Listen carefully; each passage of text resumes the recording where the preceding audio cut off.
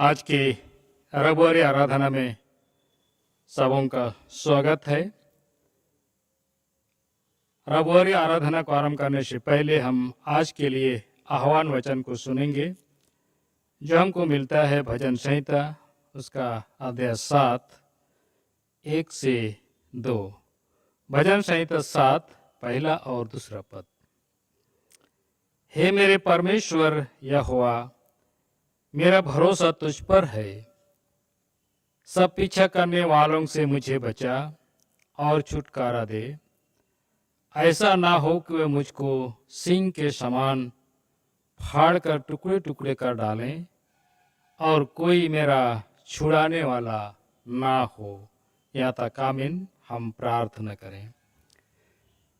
जीवित प्रभु, हम आपका धन्यवाद करते हैं आज के दिन के हर एक आशीषों के लिए जो तेरी ओर से हमको मिली है। आज के दिन पिता परमेश्वर, हम तेरे हाथ में अपने को सुपुर्द करते हैं। तेरे आशीष हमारे जीवन में होने दीजिए।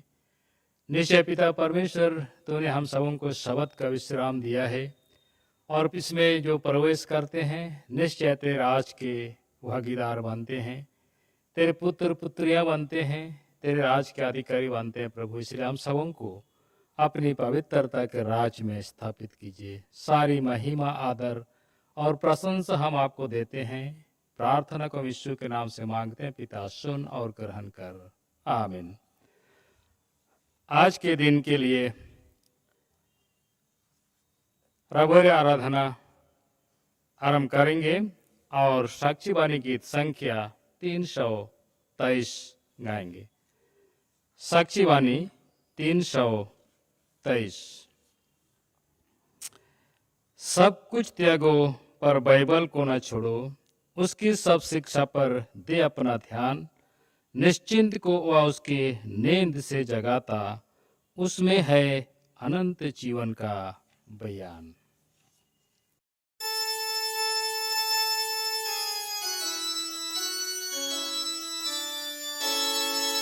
सब कुछ तुम त्यागो पर बाइबल न छोड़ो, उसकी सब शिक्षा पर दे अपना ध्यान।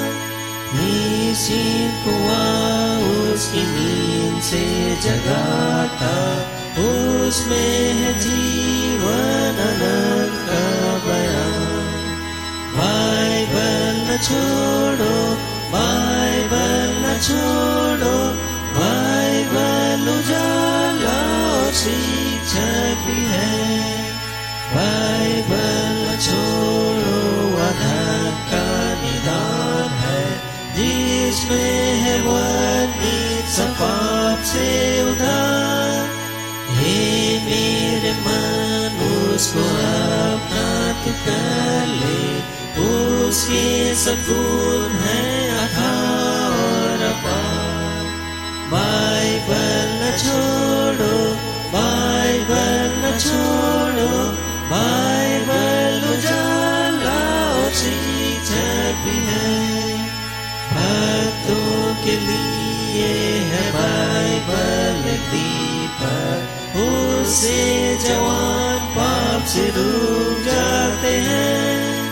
जीवन जब भ्रष्ट हुआ तब देती आशा, बूढ़ों के लिए आधार और सहाय।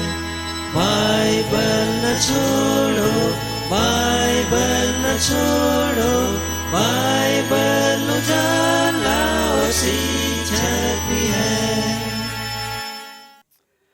हमारा आरंभ तिरेक परमेश्वर पिता और पुत्र और पवित्र आत्मा के नाम से हुए। आमीन। हमारी सहायता ईश्वर के नाम से है, जिसने स्वर्ग और पृथ्वी को सिरजा।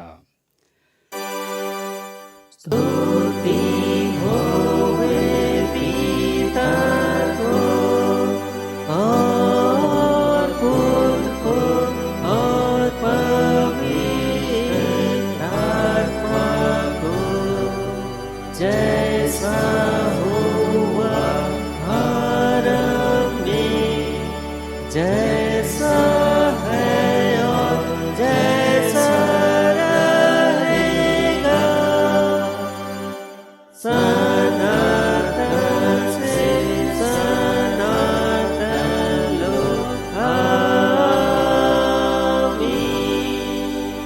हम ईश्वर के सामने अपने पापों को दीनता से मान लें।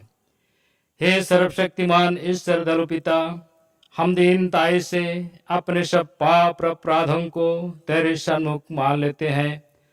तू अपने प्रिय पुत्र हमारे प्रभु यीशु ख्रिस्ट के कारण हम पर दया दृष्टि कर और हमारे सब पापों को क्षमा कर। आमीन। प्रभु हम पर दया कर, ख्रिस्त हम पर दया कर,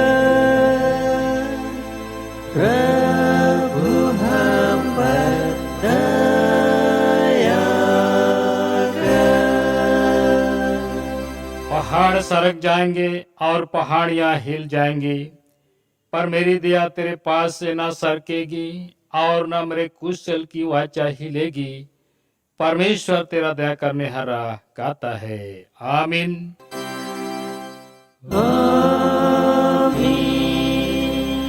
सबसे ऊंचे स्थान में ईश्वर का गुणानुवाद हो।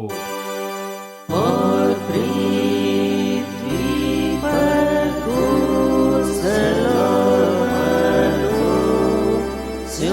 में प्रसन्नता हो।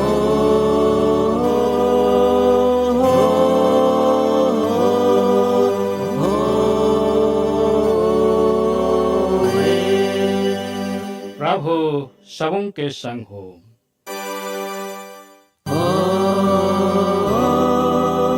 और तेरे आत्मा के संग। हम प्रार्थना करें। हे प्रिय प्रभु स्वर्गवासी पिता, हम तेरा धन्यवाद करते हैं कि तू अपनी कृपा से हमारा विनाश नहीं चाहता है, परंतु कि हम अपना मन तेरी ओर फिराएं और बच जाएं। हम तेरी विनती करते हैं, अपना पवित्र आत्मा हमको दे कि वह हमारे मनों में सच्चा पश्चाताप उत्पन्न करे, हमारे हृदय में पाप क्षमा और अनंत जीवन की लालसा जन्मे। तेरी अपार कृपा को विश्वास से ग्रहण करने और उसमें स्थिर रहने के लिए हमको सामर्थ्य दे। हर प्रकार की परीक्षा में हमको संभाल कि जिससे अनुग्रह के द्वारा अंत में परम सुखी हो जाएं, हमारे प्रभु यीशु ख्रिस्ट के कारण। आमीन।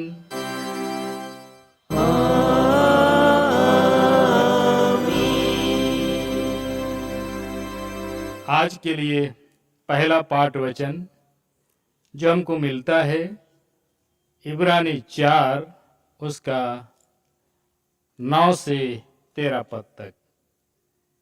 इब्रानी उसका अध्याय 4 पद 9 से 13 तक। अतः जान लो कि परमेश्वर के लोगों के लिए शब्द का विश्राम बाकी है, क्योंकि जिसने उसके विश्राम में प्रवेश किया है उसने भी परमेश्वर के समान अपने कामों को पूरा करके विश्राम किया है। अतः हम उस विश्राम में प्रवेश करने का प्रयत्न करें, ऐसा ना हो कि कोई जन उनके समान आज्ञा ना मानकर गिर पड़े। क्योंकि परमेश्वर का वचन जीवित और प्रबल और हर एक दोधारी तलवार से भी बहुत चोखा है और प्राण और आत्मा को और गांठ गांठ और गुद्दे गुद्दे को अलग अलग करके आर पार छेदता है और मन की भावनाओं और विचारों को जांचता है। सृष्टि की कोई वस्तु उससे छिपी नहीं है, वरन जिससे हमें काम है उसकी आंखों के सामने सब वस्तुएं खुली और प्रकट है। यहाँ तक। आमीन। तेरा धन्यवाद हो हे कृष्ण यीशु। हालेलुया। Hallelujah, hallelujah, hallelujah. अब हम समस्त क्रिश्चियनी कलीसिया के संग अपना महापवित्र विश्वास मान ले के एक साथ हम कहें, मैं विश्वास करता हूँ परमेश्वर पिता पर, जो स्वर्ग और पृथ्वी का सर्वशक्तिमान सिरजनहार है, और इसके इकलौते पुत्र अपने प्रभु यीशु ख्रिस्ट पर, जो पवित्र आत्मा से गर्भ में आया, कुंवारी मरियम से उत्पन्न हुआ, पांतुस पिलातुस की आज्ञा से दुख उठाया, क्रूस पर चढ़ाया गया, मर गया और गाड़ा गया, पाताल में उतरा, तीसरे दिन मृतकों में से जी उठा, स्वर्ग पर चढ़ गया और परमेश्वर सर्वशक्तिमान पिता के दाहिने हाथ बैठा है, जहां से वह जीवितों और मृतकों का विचार करने को फिर आएगा। मैं विश्वास करता हूँ पवित्र आत्मा पर, एक ही पवित्र क्रिश्चियानी कलीसिया, पवित्रों की संगत पर, पापों की क्षमा, देह के जी उठने और अनंत जीवन पर। आमीन। आमीन, आमीन, आमीन।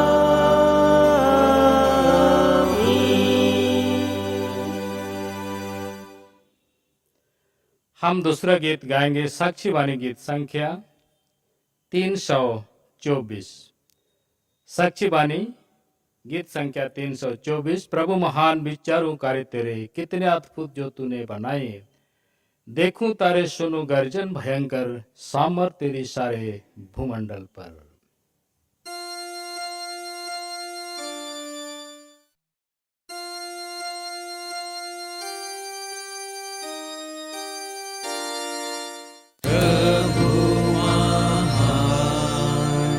विचारों कार्य तेरे, कितने अद्भुत जो तूने बनाए,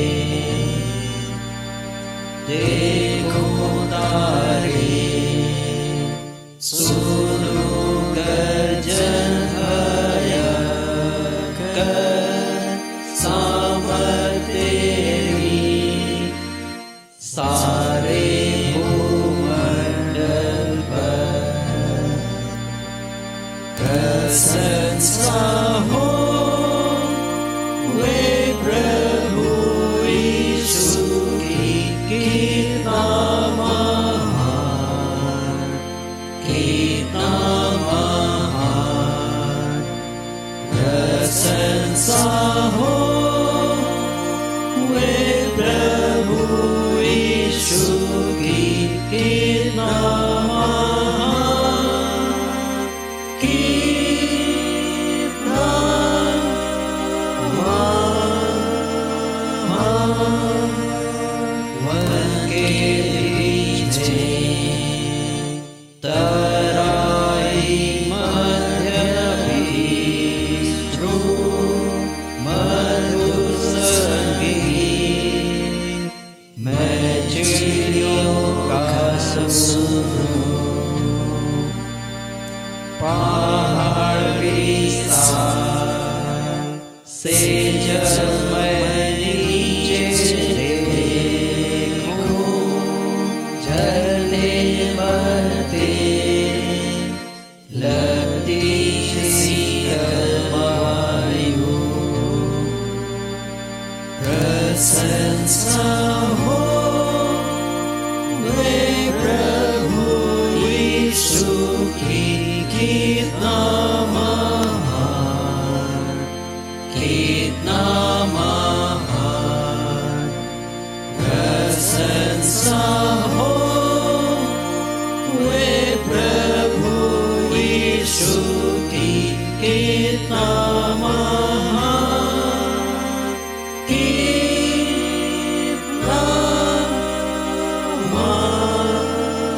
महान। जब सोचता हूँ कि पिता अपना भूत मरने भेजा है, वर्णन से आपार, कि क्रूस पर उसने मेरे पास लेकर रक्त बहाया, कि मेरा हो उद्धार।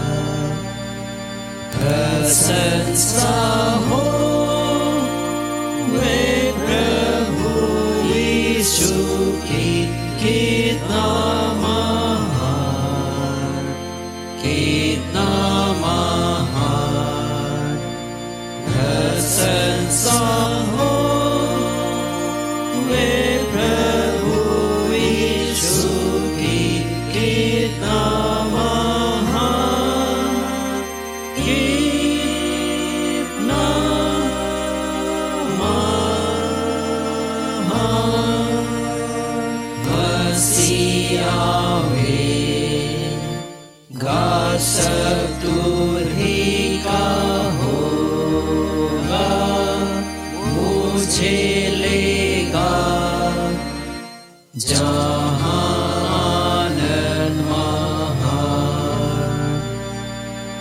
मैं झुकूंगा सात आदर भक्ति दीनता और गाऊंगा प्रभु की नाम महान। प्रशंसा हो वे प्रभु यीशु की कितना महान, कितना महान। प्रशंसा हो वे प्रभु यीशु की कितना महान, कितना महान।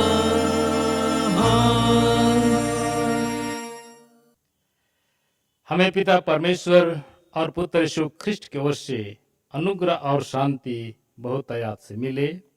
आमीन। आइए हम प्रार्थना करें। जीवित परमेश्वर, हम आपके चरणों के सन्मुख आते हैं पिता। तेरे अपार प्रेम और दया को स्मरण करते हैं। तेरा अद्भुत प्रेम हमारे जीवन को तेरे पवित्र राज के लिए पिता परमेश्वर तैयार करता है। तो हम सबों को अपने पवित्र आत्मा की अगुवाई और मार्गदर्शन में प्रतिदिन अगुवाई कीजिए कि हम जो कुछ भी इस पृथ्वी पर करें सब कुछ तेरी महिमा और प्रशंसा के लिए करें। प्रभु, इसलिए आज के दिन के लिए जो वचन तूने हमारे जीवन को दिया है, निश्चय पिता परमेश्वर तेरा वचन अद्भुत है और तेरे अद्भुत वचन को हम समझने पाए। हमारी सहायता कीजिए, हमारी मदद कीजिए, हमारी मार्गदर्शन करिए। अपने आत्मा के द्वारा से हमारी सहायता कीजिए कि हम तेरा वचन को तेरी इच्छा के अनुकूल समझ पाएं, तेरी इच्छा के अनुकूल हम उसको सीखने पाएं। हमारी सहायता कीजिए। सारी महिमा आदर प्रशंसा हम आपको देते हैं और ये प्रार्थना को यीशु के नाम से मांगते हैं। पिता, सुन और ग्रहण कर। आमीन। आज के दिन के लिए जो उपदेश का जो वचन है, लूका रचित सुसमाचार उसका अध्याय 14 1 से 11 पद तक। लूका 14 1 से 11। फिर वह सबत के दिन फरीसियों के सरदारों में से किसी के घर रोटी खाने गया और वे उसकी खात में थे। वहां एक मनुष्य उसके सामने था जिसे जलंधर का रोग था। इस पर यीशु ने व्यवस्थापकों और फरीसियों से कहा, क्या सबत के दिन अच्छा करना उचित है या नहीं? परंतु वे चुपचाप रहे। तब उसने उसे छूकर चंगा किया और जाने दिया और उनसे कहा, तुम में से ऐसा कौन है जिसका गधा या बैल कुएं में गिर जाए और वह सबत के दिन उसे तुरंत बाहर ना निकाले? वे इन बातों का कुछ उत्तर ना दे सके। जब उसने देखा कि आमंत्रित लोग कैसे मुख्य मुख्य जगहें चुन लेते हैं, तो एक दृष्टांत देकर उनसे कहा, जब कोई तुझे विवाह में बुलाए तो मुख्य मुख्य जगह में ना बैठना। कहीं ऐसा ना हो कि उसने तुझसे भी किसी बड़े को न्योता दिया हो और जिसने तुझे और उसे दोनों को न्योता दिया है आकर तुझसे कहे, इसको जगह दे, और तब तुझे लज्जित होकर सबसे नीची जगह में बैठना पड़े। पर जब तू बुलाया जाए तो सबसे नीची जगह जा बैठ, कि जब वह जिसने तुझे न्योता दिया है आए तो तुझसे कहे, हे मित्र, आगे बढ़कर बैठ। तब तेरे साथ बैठने वालों के सामने तेरी बड़ाई होगी, क्योंकि जो कोई अपने आप को बड़ा बनाएगा वह छोटा किया जाएगा, और जो कोई अपने आप को छोटा बनाएगा वह बड़ा किया जाएगा। यहाँ तक। आमीन। ख्रिस्त यीशु में भाइयों और बहनों, आज के इस पवित्र पाठ वचन में खास करके दो महत्वपूर्ण बातों पर चर्चा किया गया है। पहली बातें हैं जो पहला खंड में है, जो यीशु एक जलंधर के रोग को चंगा करता है। और दूसरी खंड में है कि जो कोई अपने आप को बड़ा बनाता है वह छोटा किया जाएगा, परंतु जो अपने को छोटा करता है वह बड़ा किया जाएगा। और इसीलिए आज के पवित्र वचन में प्रभु यीशु मसीह एक व्यक्ति को चंगा करता है जो जलंधर का रोगी था। और अक्सर यीशु ख्रिस्ट बहुत बार सब्त के दिन या विश्रामवार को हर प्रकार से रोग से पीड़ित लोगों को चंगा किया करते थे। और आज की इस पाठ वचन में भी उस सब्त के दिन का पवित्र वचन है। और सब्त के दिन उसने जलंधर के रोगी को चंगा किया। और इसलिए कि सब्त के दिन पुराने दिनों में बहुत ही कठोरता के साथ पालन किया जाता था। और व्यवस्था के अधीन पुराने नियम सब्त एक विश्राम का दिन होता था। और उस दिन ना तो बलिदान चढ़ाए जाते थे और ना आराधना होती थी। यह एक ऐसा दिन होता था जिसमें भार उठाने वाले पशु और गुलाम सभी मनुष्य विश्राम करते थे। और सब्त इस्राएलियों को एक वाचा के रूप में, चिन्ह के रूप में दिया गया था। और इसीलिए शास्त्री और फरीसी इन सब्त के दिन को, या तो हम कहें विश्रामवार के दिन को, बहुत ही कठोरता के साथ पालन करते थे। और जो व्यक्ति उसको पालन नहीं करता था उसको वो लोग सजा भी देते थे, यहाँ तक कि मृत्यु दंड भी लोग देते थे। निर्गमन उसका 3 उसका 13 में परमेश्वर का पवित्र वचन कहता है, तू इस्राएलियों से यह भी कहना, निश्चय तुम मेरे विश्राम दिनों को मानना, क्योंकि तुम्हारी पीढ़ी पीढ़ी में मेरे और तुम लोगों के बीच यह दृष्टांत ठहरा है। ये सब्त का दिन विश्वासियों के लिए एक दृष्टांत ठहरा है। और इसीलिए वह सब्त परमेश्वर और इस्राएलियों के बीच में एक चिन्ह ठहरता है। यह सब्त का दिन जिसमें हम तैयारी परमेश्वर का पवित्र वचन को सुनते और मनन करते और उसके साथ हम संगति करते, सब्त का दिन एक चिन्ह के रूप में है।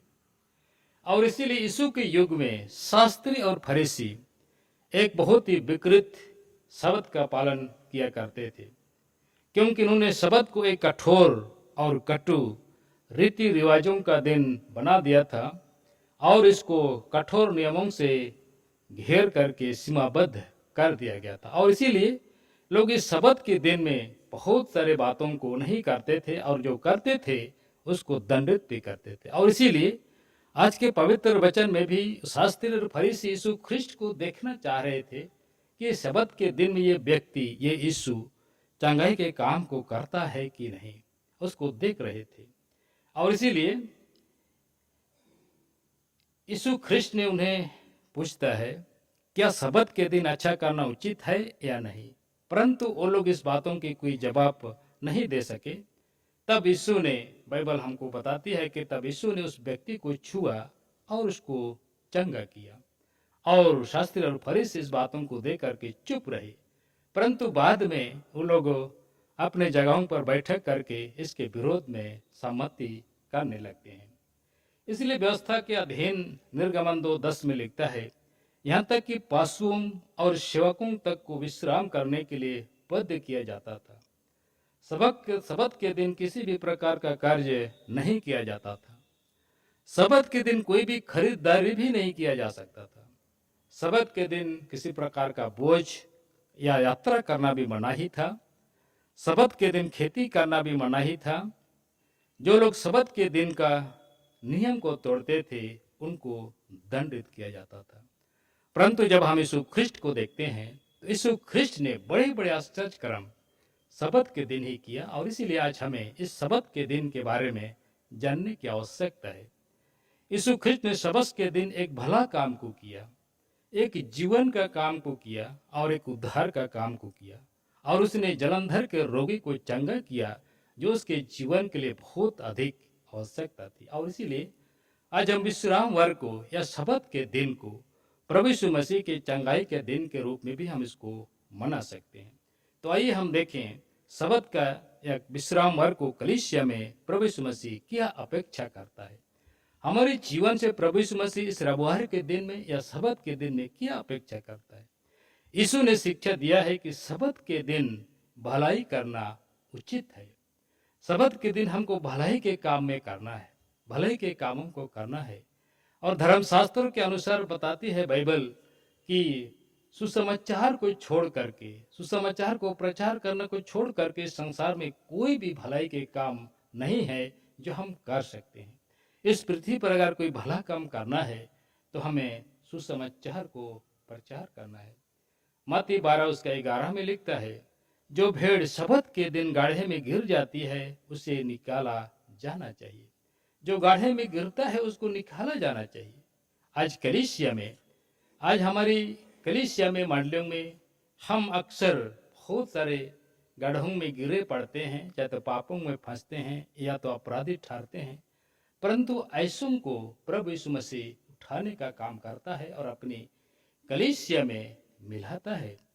इसलिए मत्ती 12:12 में लिखते, इसलिए शबत के दिन भलाई करना उचित है। और यीशु ने सूखे हाथ वाले मनुष्य को भी चंगा किया।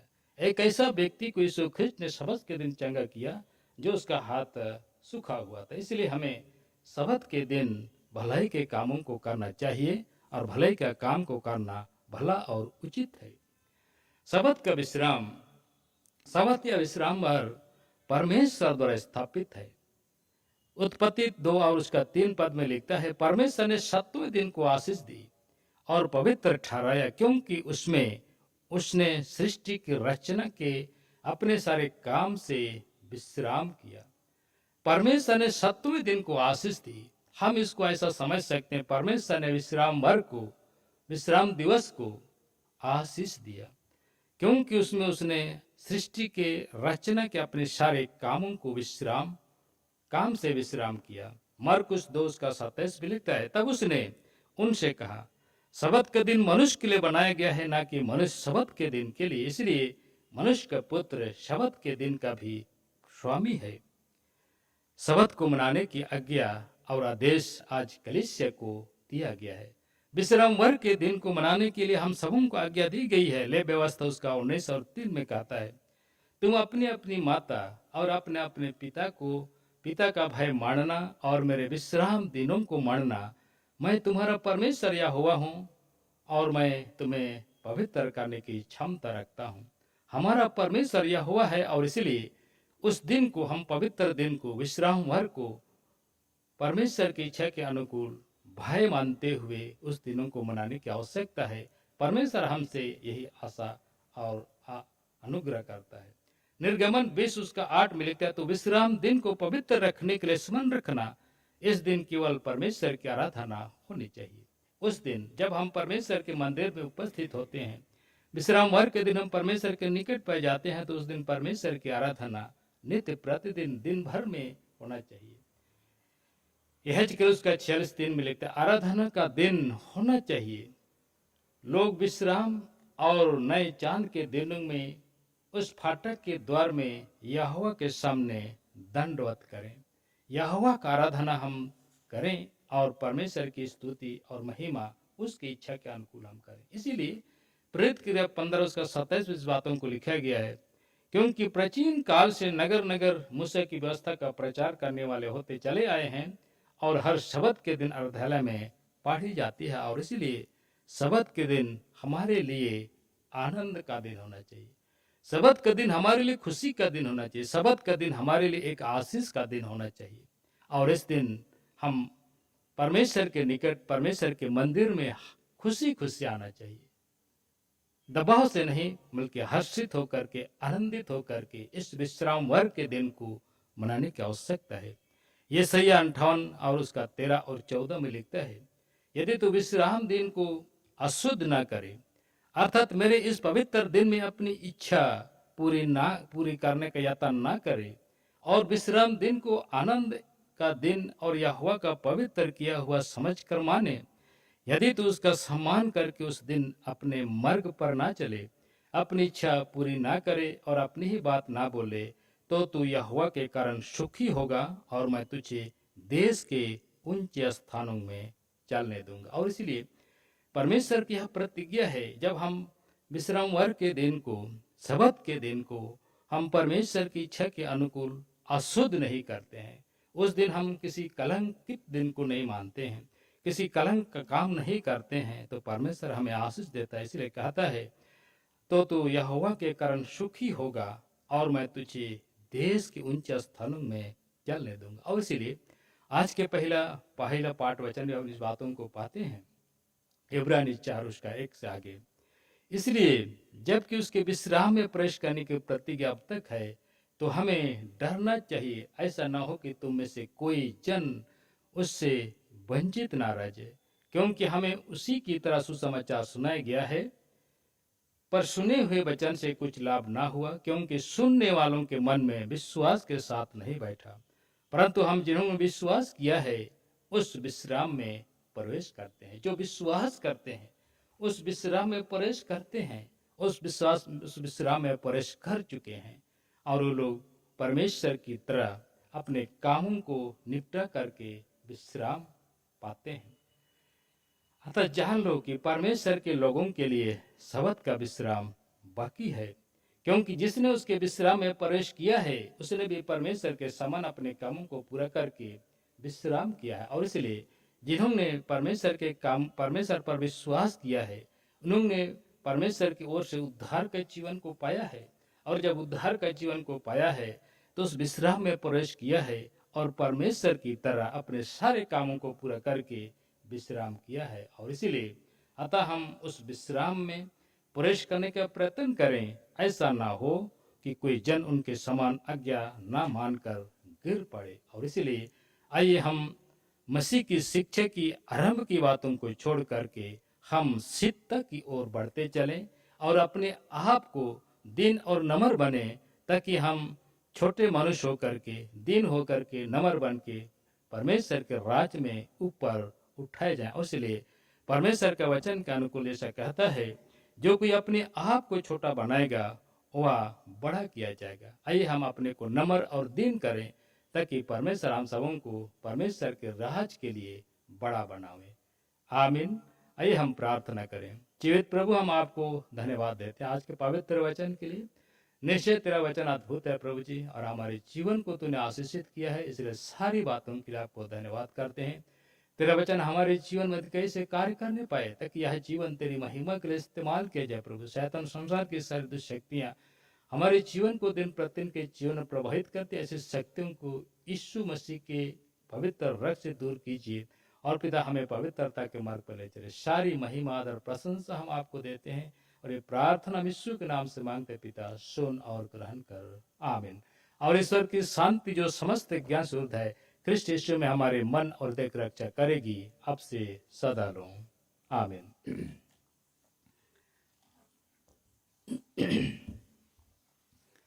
आइए हम अंतिम में गीत गाएंगे। साक्षी मानी गीत संख्या 326। साक्षी वाणी 326। यीशु है मेरा कैसा विलास, मन में वह देता आनंद और रस, मुक्ति का भागी स्वर्ग मेरा घर, उसमें मैं रहता सदा निडर।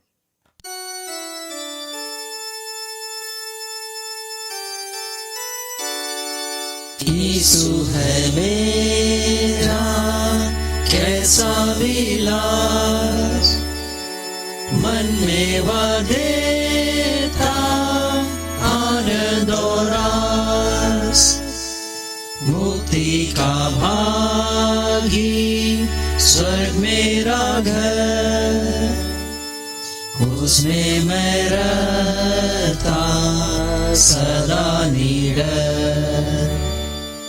या मेरा हाल है या मेरा गान, उसी का यश मैं करता बखान। या मेरा हाल है या मेरा गान, उसी का यश मैं करता बखान। पूरा भरोसा आनंद और सुख अब मुझे है ना चिंता और दुख, से ही हुआ दया का ज्ञान। दूतगण सब करते प्रेम का बखान। या मेरा हाल है या मेरा गान, उसी का यश मैं करता बखान। या मेरा हाल है या मेरा गान, उसी का यश मैं करता बखान। ख्रीस्त पर मैं रखता पूरा विश्वास, रहता सुरक्षित उसी के पास। उसी के प्रेम से पाता विश्राम, जाऊंगा अंत में स्वर्गीय धाम। या मेरा हाल है या मेरा गान, उसी का यश मैं करता बखान। या मेरा हाल है या मेरा गान, उसी का यश मैं करता बखान। आइए हम प्रार्थना करें। हे प्रभु परमेश्वर स्वर्गवासी पिता, हम तेरे विनती करते हैं अपनी ख्रिस्टियानी कलीसिया और उसके सारे शकों के अगुवाई कर वे तेरे वचन के निर्मल उपदेश में ठहरे, जिससे सच विश्वास और प्रेम हम में बढ़े और दृढ़ाए जाए। हे प्रभु, भारत रिपब्लिक के हमारे प्रेसिडेंट, इस प्रांत के गवर्नर, राज्य की सभाओं, मंत्रिमंडलों, सब न्यायियों, हाकिमों और सब राज कर्मचारियों को आस्ते और उनके अगुवाई कर वे नया धर्म से देश की सेवा करें और कुशल चयन से सारी भक्ति और गंभीरता से काल बिताएं। हमारी कलीसिया सभाओं, सेंट्रल काउंसिल और कलीसिया की अन्य मंडलीय सभाओं को आशीष दे कि इस मंडली को तेरी पवित्र इच्छा के अनुसार चलाएं। जगत की लुथेरन कलीसिया और देश विदेश के हमारे सभी ख्रिस्ट विश्वासी मित्रों को आशीष दे कि हम ख्रिस्टीय प्रेम और सहयोग में आगे बढ़ें, जगत में तेरी साक्षी के लिए अधिक सामर्थ पाएं। हमारी कलीसिया के सब भय सब कामों पर आशीष दे, लड़के लड़कियों की शिक्षा पर आशीष दे के तेरे भाई प्रेम और भरोसा में बढ़ते जाएं। कलीसिया के विद्यालयों, शिक्षण, प्रशिक्षण, महाविद्यालयों और अन्य संस्थाओं को संभाल और उनको बढ़ती दे और उनके द्वारा कलीसिया के लिए आत्मिक लाभ का आस्ते खेती बाड़ी और हर एक काम उद्यम को सफल कर, जिससे हर कोई सुविवेक से तेरे आगे चले और अपनी जीविका पाए। अपनी कृपा से उन सब पर दृष्टि कर जो कंगालपन, रोग, नाना प्रकार की शक्यते और दुख में उनको शांति दे। हमारी कलीसिया के सब भाई बहनों की रक्षा कर जो दूसरे देशों में चले गए हैं, वे सब जोखिम और परिचय विश्वासी ठहरे। हम उनके लिए भी तेरी विनती करते हैं। जो मंडली से निकाले गए उलट हुए हैं, उन पर दया कर, वे सच्चे पश्चाताप से तेरी ओर फिरे। सब मनुष्यों का त्रय ठहर, उन पर जो अंधेरे में बैठे हैं मुक्ति का उज्ज्वला प्रकाश कर। हमको अपश्चातापी मृत्यु से बचा, अंत में अपने प्रिय पुत्र हमारे प्रभु यीशु ख्रिस्ट के द्वारा स्वर्ग राज में ग्रहण कर। हे हमारे पिता, तू जो स्वर्ग में है, तेरा नाम पवित्र किया जाए, तेरा राज आए, तेरी इच्छा जैसे स्वर्ग में से पृथ्वी पर भी हो। हमारी प्रतिदिन की रोटी आज हमको दे और हमारे अपराधों को क्षमा कर, जैसे हम भी अपने अपराधों को क्षमा करते हैं। और हमको परीक्षा में मत डाल, परंतु बुरे से छुड़ा, क्योंकि राज और क्रम और महात्म सदा तेरे ही है। आमीन।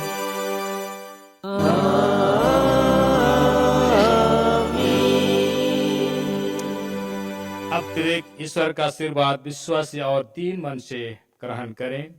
परमेश्वर हमें आशीष दे और हमारी रक्षा करे। परमेश्वर अपना मुंह हम पर प्रकाश करे और हम पर अनुग्रह करे। परमेश्वर अपना मुंह हम पर प्रकाश करे और हमें कुशल दे। आमीन। आमीन, आमीन, आमीन।